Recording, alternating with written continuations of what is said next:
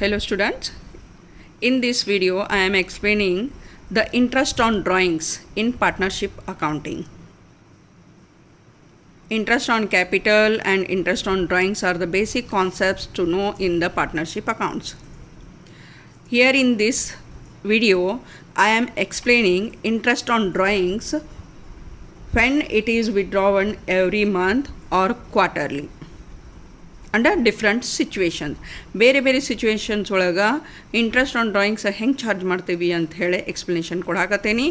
ಇವತ್ತಿನ ವಿಡಿಯೋದೊಳಗೆ when the fixed amount is withdrawn every month ಅದರ ಮೇಲೆ ನಾನು ಎಕ್ಸ್ಪ್ಲನೇಷನ್ ಕೊಡಾಕತ್ತೇನೆ. ಓಕೆ,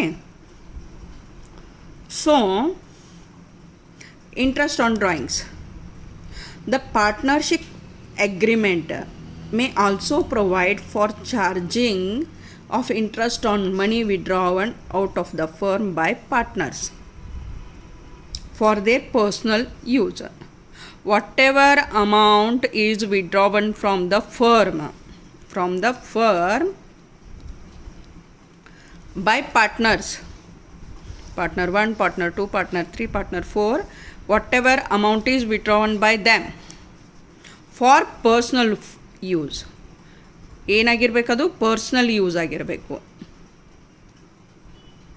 ಪಾರ್ಟ್ನರ್ಸ್ ಏನದಾರಲ್ಲ, ಪಾರ್ಟ್ನರ್ಶಿಪ್ ಫರ್ಮದು ಪಾರ್ಟ್ನರ್ಸ್ ಏನದಾರಲ್ಲ, ಅವರು ತಮ್ಮ ಪರ್ಸ್ನಲ್ ಯೂಸಿಗೆ ಫರ್ಮ್ನಿಂದ ಅಮೌಂಟ್ ತಗೊಂಡಿರ್ತಾರೆ, ವಿಡ್ರಾ ಮಾಡ್ಕೊಂಡಿರ್ತಾರೆ. ಅದನ್ನು ನಾವು ಏನಂತೀವಿ ಅಂತಂದ್ರೆ ಡ್ರಾಯಿಂಗ್ಸ್ ಅಂತ ಹೇಳಿ ಹೇಳ್ತೇವೆ. ಓಕೆ, ಅದನ್ನು ನಾವು ಡ್ರಾಯಿಂಗ್ಸ್ ಅಂತ ಹೇಳಿ ಹೇಳ್ತೇವೆ. Okay, so when it is withdrawn from the firm, some agreed rate of interest is put on those drawings.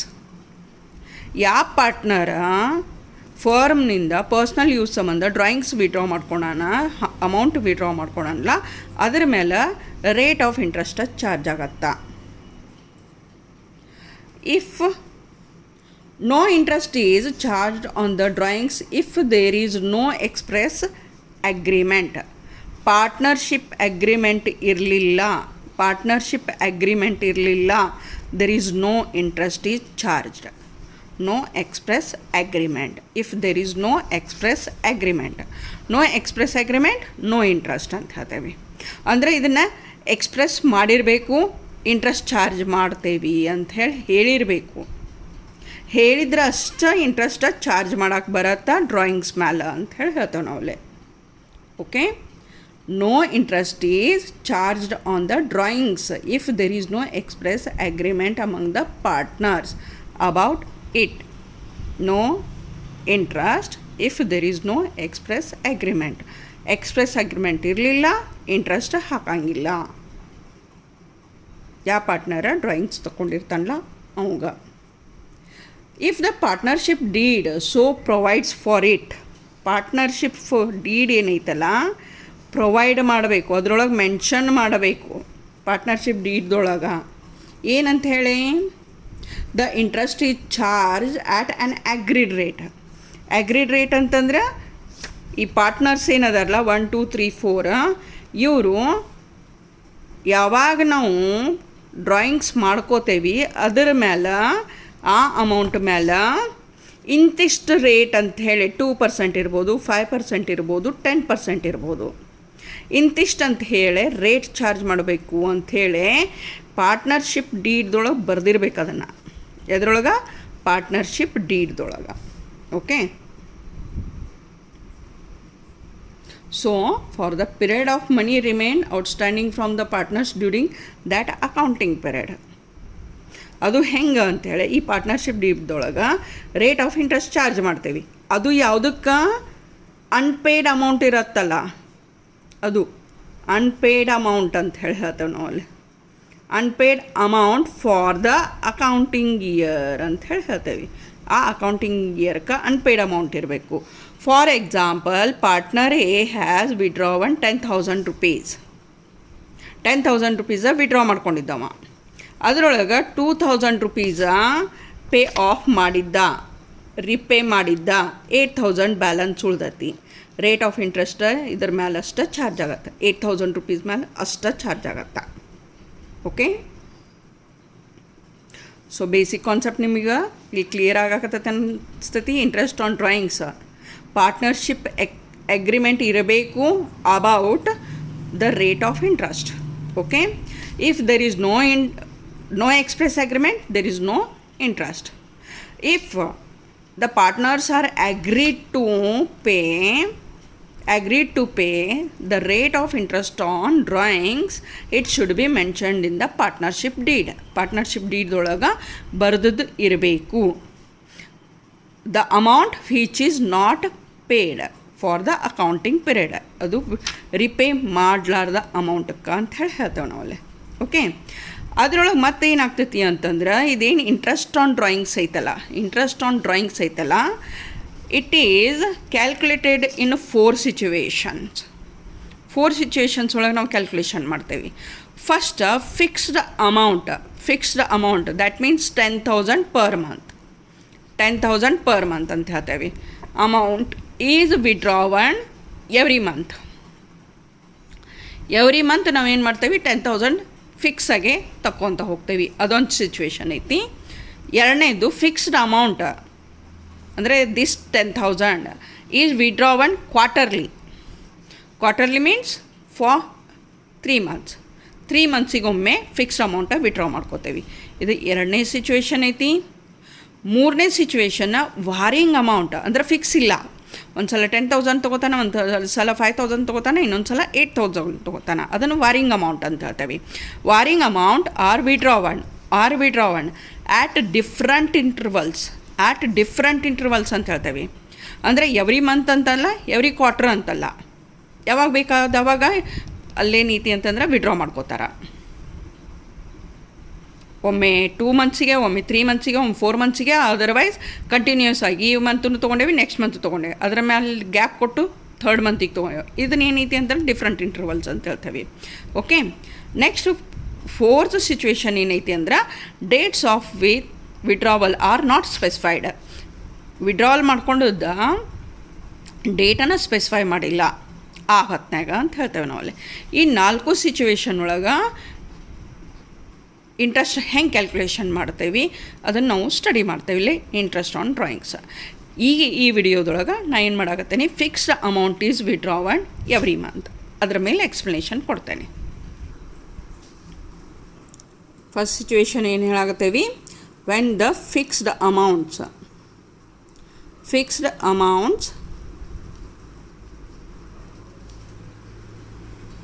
Is ವಿಡ್ರಾವನ್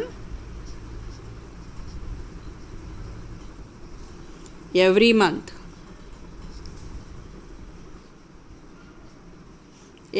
fix amount ನಾವು ವಿಡ್ರಾ ಮಾಡ್ಕೊಳಕತ್ತೇವೆ. ದ್ಯಾಟ್ ಮೀನ್ಸ್ 10,000 ತಗೊಳಕತ್ತೇವೆ ಅಂದ್ರೆ 1 yearದೊಳಗೆ 10,000 ಹಾಗಾಗಿ 1,20,000 ನಾವು ವಿಡ್ರಾ ಮಾಡ್ಕೊಳಕತ್ತೇವೆ per year. Okay, per month 10,000 ಮಾಡಾಕತ್ತೇವೆ. Equal interval ಒಳಗೆ ಫಿಕ್ಸ್ಡ್ ಅಮೌಂಟ್ ಅಂತ ಹೇಳಾಕತ್ತೇವೆ. ಇದ್ರ ಮೇಲೆ ಇದ್ದಾಗ ರೇಟ್ ಆಫ್ ಇಂಟ್ರೆಸ್ಟ್ ಹೆಂಗೆ ಚಾರ್ಜ್ ಮಾಡ್ತೇವೆ ಅದನ್ನು ನಾವು ಇಲ್ಲೇ ಈ ವಿಡಿಯೋದೊಳಗೆ ನೋಡೋಣ ಅಂತ. ಓಕೆ, ಇದನ್ನು ನಾವು ಫಿಕ್ಸ್ಡ್ ಅಮೌಂಟ ಕ್ವಾರ್ಟರ್ಲಿನೂ ಮಾಡ್ಬೋದು, ಎವ್ರಿ ಮಂತ್ನೂ ಮಾಡ್ಬೋದು. ಇವತ್ತಿನ ಇದ್ರೊಳಗೆ ನಾನು ಹೇಳಾಕತ್ತದ್ದು ಎವ್ರಿ ಮಂತ್ ಫಿಕ್ಸ್ಡ್ ಅಮೌಂಟ. ಇದ್ರೊಳಗೆ ಏನೈತಿ ಅಂದ್ರೆ, ಫಸ್ಟ್ ಸಿಚುವೇಶನ್ ಏನು ಹೇಳ್ತಾರ ಅಂತಂದ್ರೆ, at the beginning of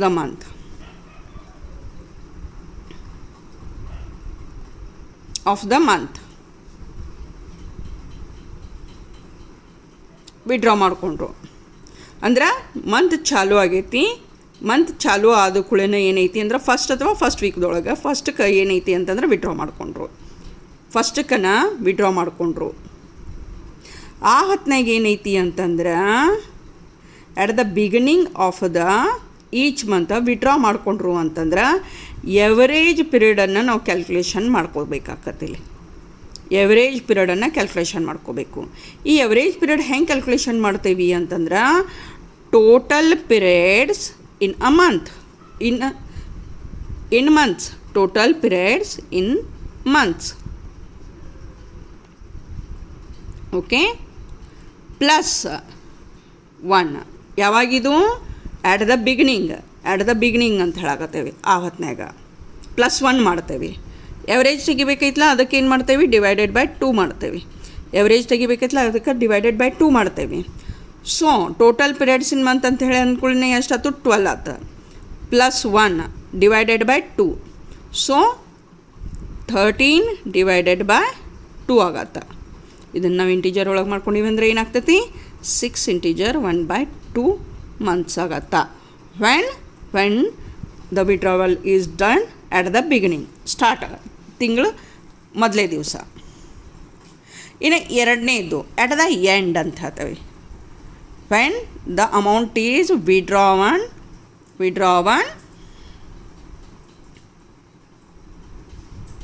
at the end of the month.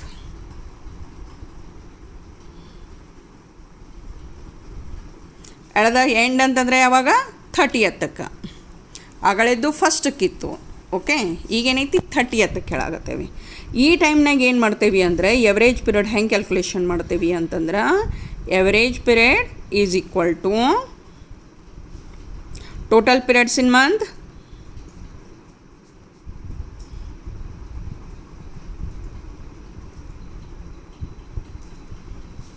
-1 ಮಾಡ್ತೇವೆ. ಇಲ್ಲಿ -1 ಆಗಲೇ ಏನು ಮಾಡಿದ್ದೀವಿ, ಆ್ಯಡ್ ಮಾಡಿದ್ದೀವಿ ಬಿಗಿನಿಂಗ್ ಇದ್ದದಕ್ಕೆ. ಈಗ ಎಂಡ್ ಐತೆ ನಾನು ಮೈನಸ್ ಮಾಡಾಕತ್ತೇವೆ. -1 ಡಿವೈಡೆಡ್ ಬೈ 2. ಟೋಟಲ್ ಮಂತ್ಸ 12 ಅದಾವ. -1 ಡಿವೈಡೆಡ್ ಬೈ 2 ಎಷ್ಟಾತೀಗ 11/2. ಇದನ್ನು ಸಿಂಪ್ಲಿಫೈ ಮಾಡಿದರೆ ಎಷ್ಟಾಯ್ತು, 5 ಇಂಟೀಜರ್ 1/2 ಮಂತ್ಸ್ ಅಂತ ಹೇಳಿ ಹೇಳ್ತೇವೆ. ಕ್ಯಾಲ್ಕುಲೇಷನ್ ಟೈಮ್ನಾಗ ಹಿಂಗೆ ತೊಗೊಳಕತ್ತೇವೆ ನಾವು. ಇವನ್ನ ಕ್ಯಾಲ್ಕುಲೇಷನ್ ಟೈಮ್ನಾಗ ಹಿಂಗೆ ತೊಗೋತೇವೆ ಪರ್ ಮಂತ್ ಕ್ಯಾಲ್ಕುಲೇಷನ್ ಮಾಡ್ತಿರ್ಬೇಕಾದ್ರೆ. ಓಕೆ, ಸೊ ಇನ್ನೊಂದು ಸಿಚುವೇಶನ್ ಐತಿ, ಫಸ್ಟೂ ಇಲ್ಲ ಲಾಸ್ಟೂ ಇಲ್ಲ, ಎಟ್ ದ ಮಿಡಲ್ ಅಂತ ಹೇಳ್ತೇವೆ. Okay, at the middle of the month, at the middle of the month, middle of the month. ಆ ಹೊತ್ನಾಗ ಅಂದರೆ ಏನೈತಿ, ಫಸ್ಟೂ ಇಲ್ಲ 30th ಇಲ್ಲ, ಮಿಡ್ಲ್ ಅಂದರೆ ಯಾವುದಾಯ್ತು 15th ಆರ್ 16th. ಆ ಹೊತ್ನಾಗ ಏನು ಮಾಡ್ತೇವೆ, ಎಕ್ಸಾಕ್ಟ್ ಬಂದುಬಿಡ್ತೈತಿ total periods in a month. Average period ಏನು ಮಾಡ್ತೇವೆ, average period is equal to total periods in month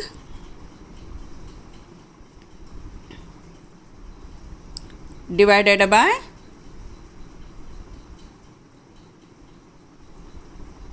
2. 12 divided by 2. So ಎಷ್ಟಾಯ್ತು, 6 ಮಂತ್ಸ್. Okay, 6 months. ಹಿಂಗೆ 3 ಸಿಚುವೇಶನ್ ಬರ್ತೈತಿ. ಯಾವಾಗ ಬಿಗಿನಿಂಗ್ ಐತಿ ಆ ಹೊತ್ತಿನಾಗ ನಮಗೆ ಮಂತ್ಸ್ ಎಷ್ಟು ಹೋಗೈತಿ, 6 ಇಂಟೀಜರ್ 1/2 ಮಾಡಾಕತ್ತೇವಿ. ಯಾವಾಗ ಎಂಡ್ ಐತಿ ಆವಾಗ 5 ಇಂಟೀಜರ್ 1/2 ಮಾಡೋದೈತಿ. ಯಾವಾಗ ಮಿಡ್ಲ್ ಐತಿ ಆವತ್ತಿನಾಗ 6 ಮಂತ್ ತೊಗೊಳೋದೈತಿ. ಓಕೆ, ಇದನ್ನು ರಿಮೆಂಬರ್ ಮಾಡಿ ಇಟ್ಕೊ, ಅದನ್ನು ನೆನ್ಪಿಟ್ಕೋರಿ. ಈಗೇನೈತಿ ಅಂದ್ರೆ ಒಂದು ಎಕ್ಸಾಂಪಲ್ ತೊಗೋತೇವೆ. A person or a partner withdraws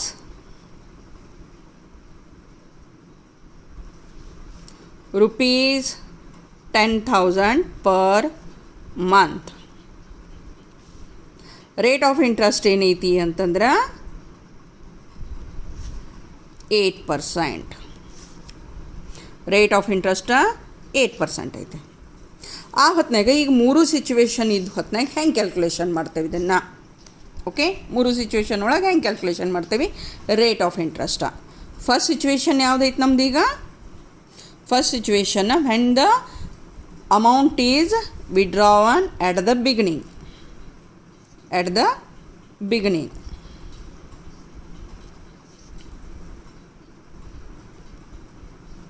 ಆ ಹೊತ್ನಾಗ ಎವರೇಜ್ ಪೀರಿಯಡ್ ಎಷ್ಟೈತಿ, 6 ಇಂಟೀಜರ್ 1/2. ಸೊ ಇದನ್ನು ಸಿಂಪ್ಲಿಫೈ ಮಾಡಿದರೆ ಎಷ್ಟಾಕತಿ, 2 × 6 12 + 1 13 ಡಿವೈಡೆಡ್ ಬೈ 2 ಆಗತ್ತಾ ಸಿಂಪ್ಲಿಫೈ ಮಾಡಿದ್ರೆ. ಇದನ್ನು ನೆನಪಿಟ್ಕೋರಿ ಈ calculation. Okay, interest on drawings.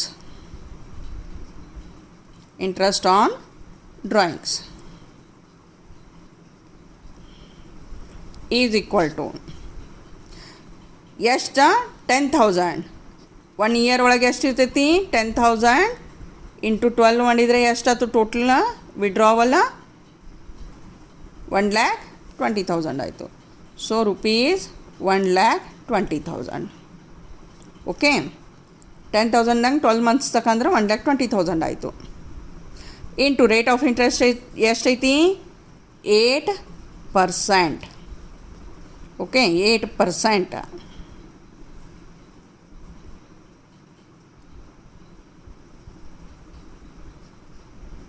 9,600 ಆಯಿತು. ಓಕೆ ಈಗ ನಮಗೇನೈತಿ ಅಂದ್ರೆ ಪರ್ ಮಂತ್ ಕ್ಯಾಲ್ಕುಲೇಷನ್ ಐತಿ, ಇದು ಪರ್ ಇಯರ್ ಆಯ್ತು, ಪರ್ ಅನಮ್ ಆಯ್ತು. ಇನ್ನು ಪರ್ ಮಂತ್ ಕ್ಯಾಲ್ಕುಲೇಷನ್ ಮಾಡೋದೈತಿ. So 9,600 into 13 divided by 2 into 1/12 per month ಬೇಕಲ್ಲ ನಮಗೆ. ಎಟ್ ದ ಬಿಗ್ನಿಂಗ್ ಐತೆ ನನ್ನ ಇದು ಇಲ್ಲೇ ಫ್ರ್ಯಾಕ್ಷನ್ ಒಳಗೆ ಮಾಡ್ಕೊಂಡೇವಿ. ಇದೇನೈತಿ ಪರ್ ಮಂತ್ ಬೇಕೈತಿ, ಅದಕ್ಕೆ ಇಂಟು 1/2 ಮಾಡ್ತೇವೆ ಒಂದು ತಿಂಗಳಿಗೆ ಅಂಥೇಳಿ ಮಾಡ್ಕೊಳಕ್ಕೆ. Okay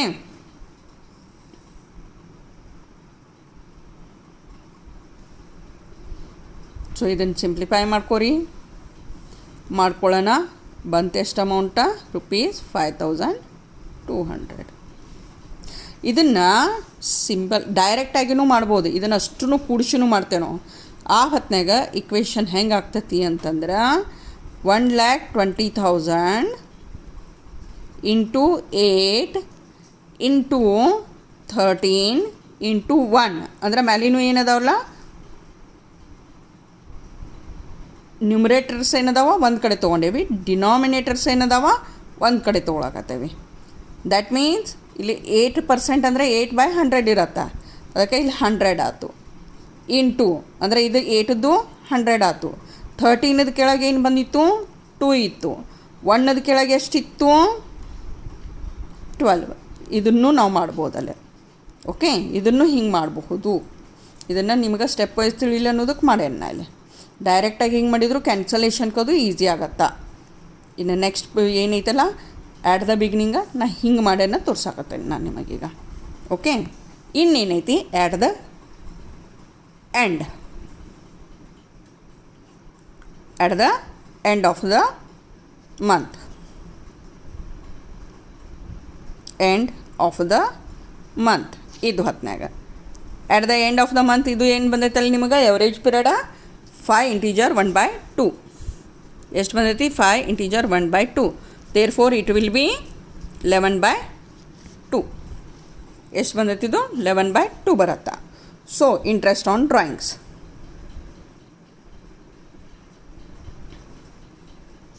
interest on drawings is equal to ಎಷ್ಟೈತೆ ಅಮೌಂಟ 1,20,000 into rate of interest 8 into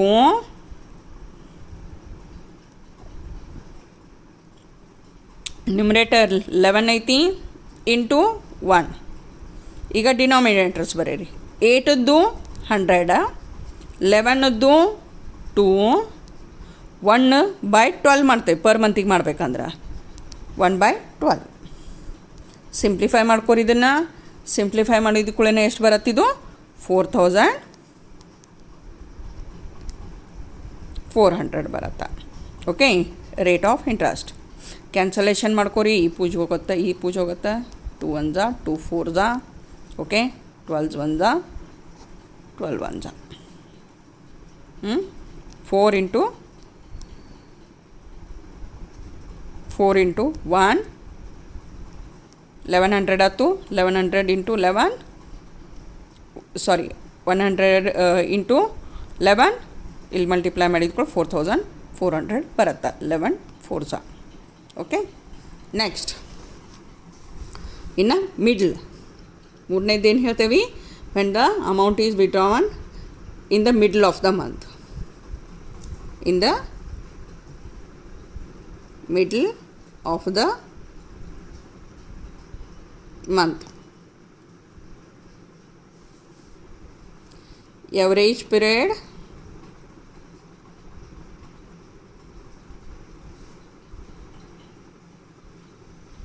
six month ಬಂದಿದ್ದೈತಿದು average ಪೀರಿಯಡ.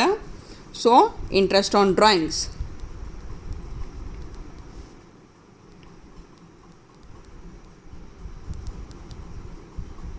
is equal to 1,20,000 into 8% into 6 into 1 divided by 100 into 6 by ಎಷ್ಟು ಮಾಡ್ತೀರಿ ಈಗ ಇದನ್ನು 6 by 1 1 by 12. ಓಕೆ, ಸಿಂಪ್ಲಿಫೈ ಮಾಡಿರಿ ಇದನ್ನು. ಈಗ